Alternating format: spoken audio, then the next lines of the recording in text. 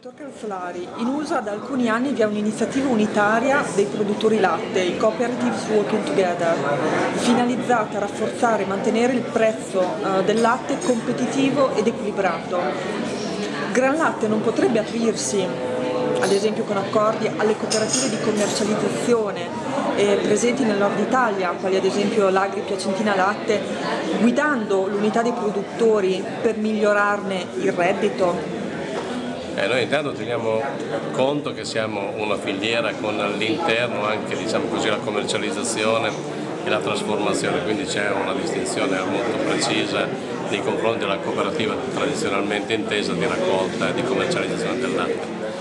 Poi purtroppo uno dei nostri grandi problemi è la grande polverizzazione, per cui mentre cresciamo come dimensioni, cresciamo anche spesso e volentieri come numerosità di sigle, di insegne, di categorie. Questo è un po' il vizio forte. Tenete conto che 5 gruppi di acquisto ormai trattano l'85%, 90% dice qualcuno del food di questo paese, e noi abbiamo ancora centinaia di aziende.